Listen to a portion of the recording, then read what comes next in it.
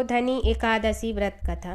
ब्रह्मा जी बोले कि हे मुनि श्रेष्ठ, अब आप पापों को नष्ट करने वाली तथा पुण्य और मुक्ति को देने वाली प्रबोधनी एकादशी का महात्म्य सुनिए।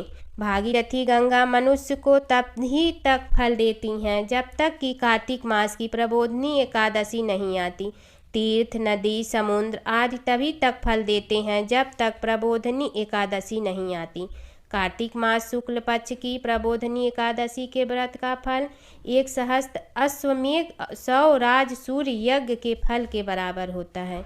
नारद जी ने पूछा कि हे पिता, एक संध्या को भोजन करने से, रात्रि में भोजन करने तथा पूरे दिन उपवास करने से क्या क्या फल मिलता है, उसे आप समझाइए। ब्रह्मा जी बोले कि हे नारद, एक संध्या को भोजन करने से, 1 जन्म की रात्रि में भोजन करने से, 2 जन्म में तथा पूरे दिन उपवास करने से 7 जन्म के समस्त पाप नष्ट हो जाते हैं। जिस वस्तु का त्रिलोक में मिलना दुष्प्राय है, वह वस्तु प्रबोधनी एकादशी के व्रत से मिल जाती है। प्रबोधनी एकादशी के व्रत के प्रभाव से सुमेरु पर्वत के समान कठिन पाप क्षण मात्र से ही नष्ट हो जाते हैं। अनेकों पूर्व जन्म के किए हुए बुरे कर्मों को प्रबोधनी एकादशी का व्रत क्षण भर में नष्ट कर देता है। जो मनुष्य अपने स्वभाव अनुसार इस प्रबोधनी एकादशी का विधि पूर्वक व्रत करते हैं, उन्हें पूर्ण फल प्राप्त होता है। हे मुनीश्वर, जो मनुष्य श्रद्धा पूर्वक थोड़ा भी पुण्य करते हैं, वह उसका पुण्य पर्वत के समान अटल हो जाता है। जो अपने हृदय के अंदर ही ऐसा ध्यान करते हैं, उनकी बीती हुई तथा आने वाली 10 रात्रि पीढ़ियाँ विष्णु लोक में जाकर वास करती हैं और नरक में अनेक दुखों को भोगते हुए पितृ विष्णु लोक में जाकर सुख भोगते हैं। ब्रह्मा हत्या आदि महान पाप भी प्रबोधनी एकादशी के दिन रात्रि को जागरण करने से नष्ट हो जाती हैं।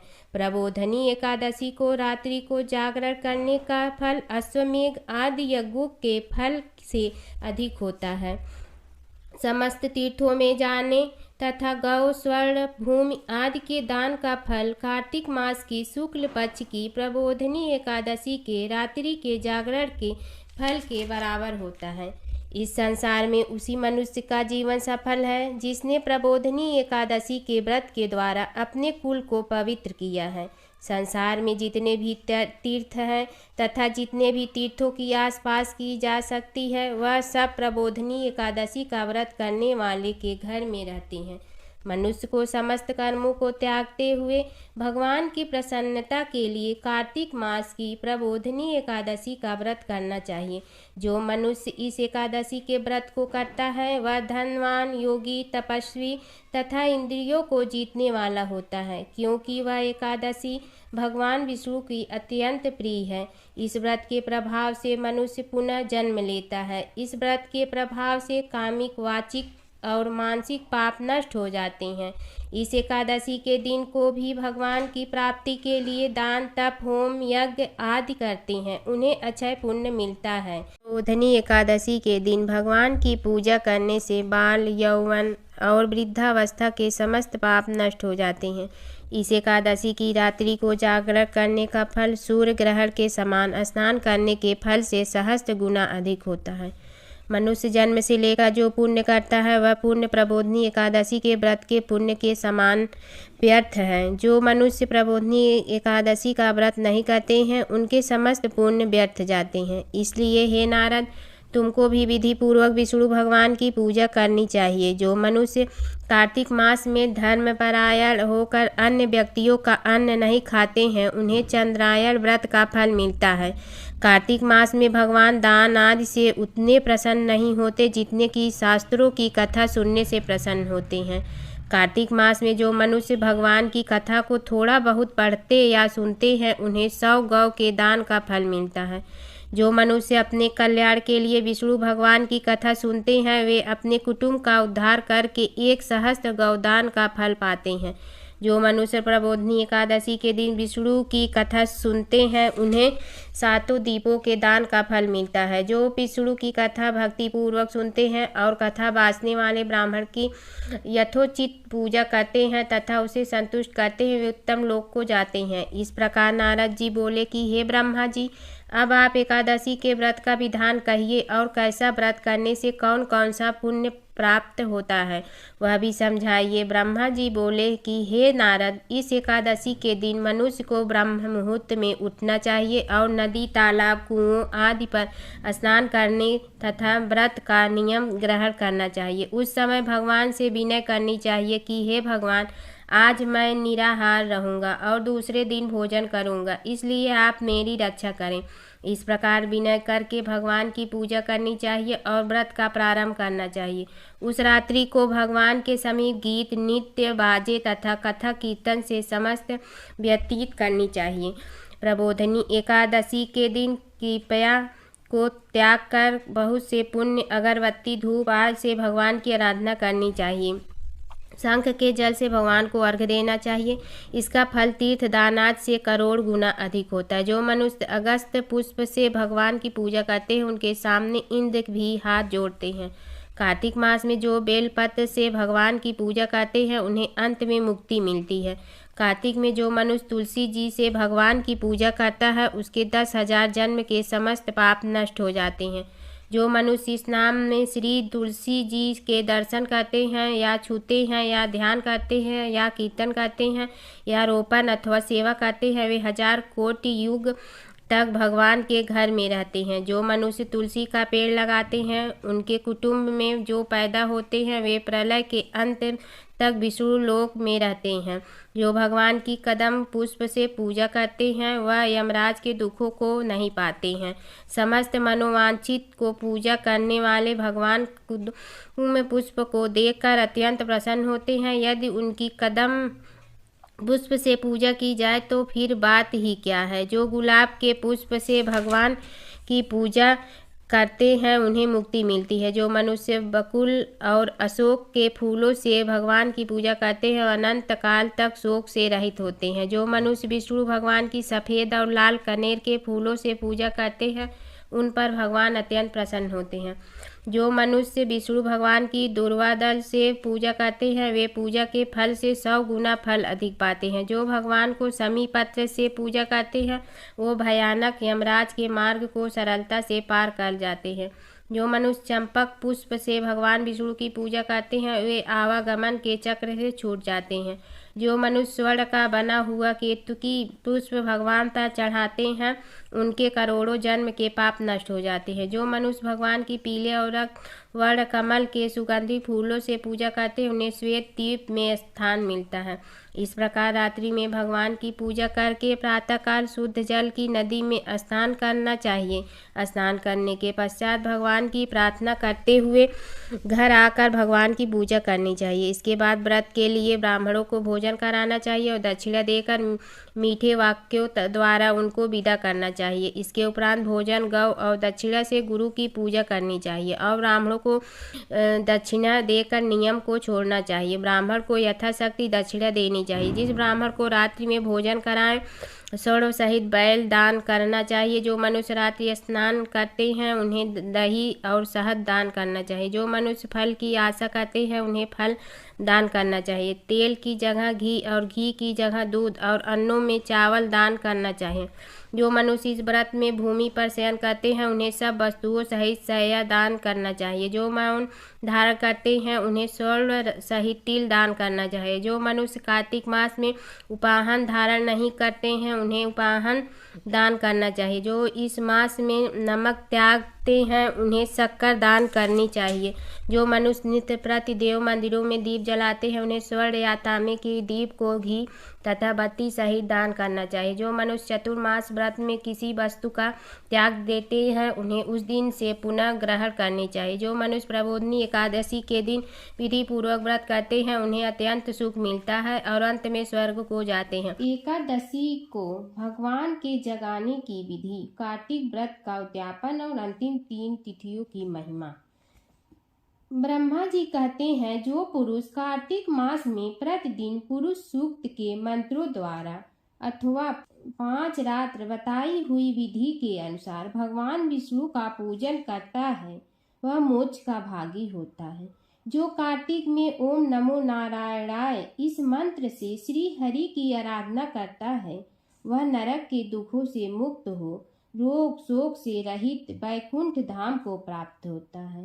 कार्तिक मास में जो मनुष्य विष्णु सहस्त्र नाम तथा गजेंद्र मोक्ष का पाठ करता है उसका फिर संसार में जन्म नहीं होता।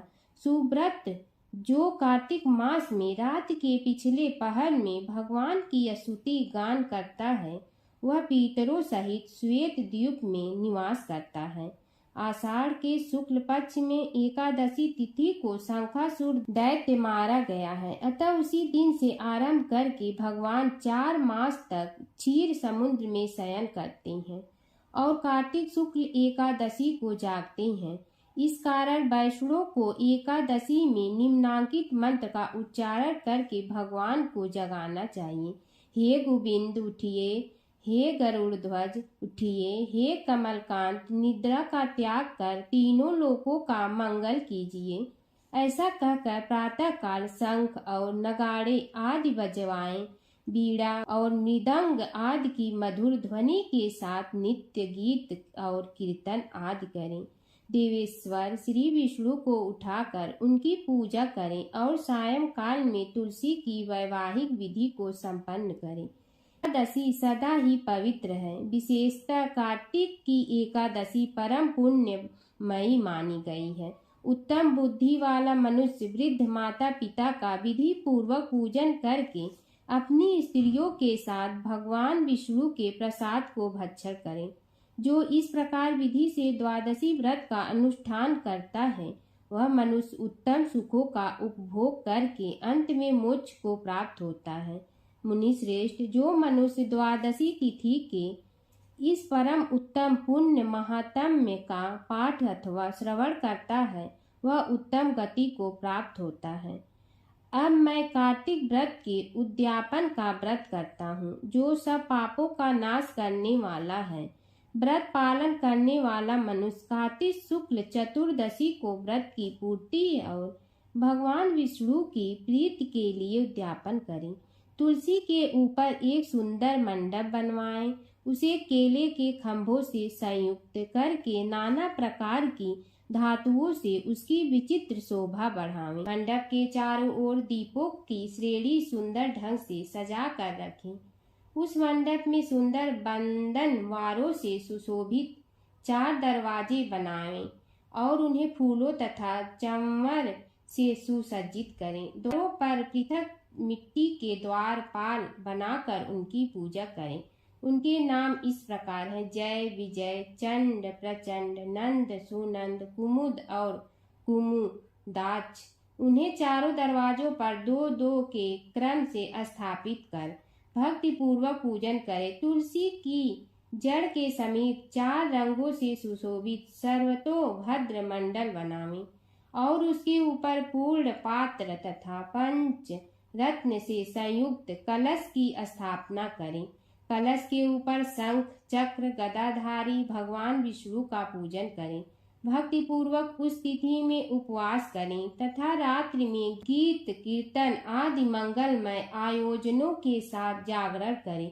जो भगवान विष्णु के लिए जागरण करते समय भक्ति पूर्वक भगवत संबंधी पदों का गान करते हैं वे सैकड़ों जन्मों की पाप राशि से मुक्त हो जाते हैं। उसके बाद पूर्णिमा में सपत्नी ब्राह्मण को निमंत्रित करें। प्रातः काल स्नान और देव पूजन करके वेदी पर अग्नि की स्थापना करें और अतो देव इत्यादि मंत्र के द्वारा देवाधिदेव भगवान की प्रीति के लिए तिल और खीर की आहुति दें। होम की शेष विधि पूरी करके भक्ति पूर्वक ब्राह्मणों का पूजन करें और उन्हें यथाशक्ति दक्षिणा दें। भगवान द्वादशी तिथि को शयन से उठे, त्रयोदशी को देवताओं से मिले और चतुर्दशी को सब ने उनका दर्शन एवं पूजन किया। इसलिए उस तिथि में भगवान की पूजा करनी चाहिए। गुरु की आज्ञा से भगवान विष्णु की सुवर्णमयी प्रतिमा का पूजन करें। इस पूर्णिमा को पुष्कर तीर्थ की यात्रा श्रेष्ठ मानी गई है। नारद, कार्तिक मास में इस विधि का पालन करना चाहिए। जो इस प्रकार कार्तिक के व्रत का पालन करते हैं वे धन्य और पूजनीय हैं। उन्हें उत्तम फल की प्राप्ति होती है। जो विष्णु की भक्ति में तत्पर हो कार्तिक में व्रत का पालन करते हैं, उनके शरीर में स्थित सभी पाप तत्काल नष्ट हो जाते हैं। जो श्रद्धा पूर्वक कार्तिक के उद्यापन का महत्व सुनता है या सुनाता है, वह भगवान विष्णु का सायुज्य प्राप्त करता है। भगवान विष्णु की पूजा में रात्रि काल व्यापनी चतुर्दशी ग्रहण करनी चाहिए और आरूढ़ोदय के समय भगवान शिव की पूजा करनी चाहिए। सायंकाल काशी के पंच गंगा तीर्थ में स्नान करके भगवान बिंदु माधव की पूजा करें। पहले विष्णु काशी में स्नान करके भगवान अनंत सेन की पूजा करें। फिर रुद्र काशी में स्नान करके ओमकारेश्वर के अग्नि तीर्थ में नहाकर भगवान नारायण की रेतोदक में स्नान करके केदारेश्वर की प्रयाग की यमुना में नहाकर भगवान बेड़ी माधव की और फिर गंगा में स्नान करके संगमेश्वर की पूजा करें। जो ऐसा करता है उसके सब प्रकार की संपत्तियां अधीन हो जाती हैं। कार्तिक मास के शुक्ल पक्ष में जो अंतिम 3 पुण्यमयी तिथियां हैं, वे त्रयोदशी, चतुर्दशी और पूर्णिमा कल्याण करने वाली मानी गई है। उनकी अति पुष्करिणी संज्ञा है। वे सब पापों का नाश करने वाली है। जो पूरे कार्तिक मास में स्नान करता है, वह इन्हीं 3 तिथियों में स्नान करके पूर्ण फल का भागी होता है। त्रयोदशी में समस्त वेद जाकर प्राणियों को पवित्र करते हैं। चतुर्दशी में यज्ञ और देवता सब जीवों का पावन बनाते हैं और पूर्णिमा में भगवान विष्णु से अधिष्ठित संपूर्ण श्रेष्ठ तीर्थ ब्रह्माघाती और शराबी आदि सब पापी प्राणियों को शुद्ध करते हैं। जो गृहस्थ उक्त 3 तिथियों में ब्राह्मण कुटुंब को भोजन कराता है, वह अपने समस्त पितरों का उद्धार करके परम पद को प्राप्त होता है। जो कार्तिक के अंतिम 3 दिनों में गीता का पाठ करता है, उसे प्रतिदिन अश्वमेध यज्ञ का फल प्राप्त होता है। जो युक्त 3 दिन विष्णु सहस्त्रनाम का पाठ करता है, वह जल से कमल के पत्तों की भांति पापों से कभी लिप्त नहीं होता। वैसा करने वाले कुछ मनुष्य, देवता और कुछ सिद्ध होते हैं। कार्तिक मास की अंतिम 3 तिथियों में सब पुण्यों का उदय होता है। उनमें भी पूर्णिमा का महत्व विशेष है। पूर्णिमा को प्रातः काल उठकर शौच स्नान आदि से निवृत्त हो समस्त नित्य कर्मों की समाप्ति करके भगवान विष्णु का पूजन करें। बगीचे में अथवा घर पर भगवत भक्त पुरुष कार्तिक पूर्णिमा के दिन मंडप बनावे, उसे केले के खंभों से सुशोभित करें, उसमें आम के पल्लों की बंधन बार लगाएं और ऊख के डंडे खड़े करके उस मंडप को सजाएं। विचित्र वस्त्रों से मंडप को अलंकृत करके उसमें भगवान विष्णु का पूजन करें। पवित्र, चतुर, शांत, ईर्ष्या रहित, साधु, दयालु, उत्तम वक्ता और श्रेष्ठ बुद्धि वाला पुराज्ञ विद्वान वहां बैठकर पवित्र कथा कहें। पौराणिक विद्वान या शासन पर बैठ जाए तब से लेकर उस प्रसंग की समाप्ति होने तक किसी को नमस्कार न करें। जहाँ दुष्ट मनुष्य भरे हुए हों, जो शूद्र और हिंसक प्राणियों से घिरा हुआ हो अथवा जहाँ जुए का अड्डा हो, ऐसे स्थान में बुद्धिमान पुरुष पुण्य कथा न कहें। जो शुद्ध और भक्ति से संयुक्त अन्य कार्यों की अभिलाषा न रखने वाले मौन, पवित्र एवं चतुर हो, वे ही श्रोता पुण्य के भागी होते हैं। जो मनुष्य बिना भक्ति के तथा अधम भाव लेकर पवित्र कथा को सुनते हैं, उनको पुण्य फल नहीं प्राप्त होता है। मास के अंत में गंध, माल्य, वस्त्र, आभूषण तथा धन के द्वारा भक्ति पूर्वक पौराणिक विद्वान का पूजन करें। जो मनुष्य कल्याणमयी पुराण कथा को सुनाते हैं, वे 100 कोटि कल्पों से अधिक काल तक ब्रह्मा लोक में निवास करती हैं। जो पौराणिक विद्वान के बैठने के लिए कंबल, मृग चर्म, वस्त्र, पलंग देते हैं, जो पहनने के लिए कपड़े देते हैं, वे ब्रह्मलोक में निवास करती हैं।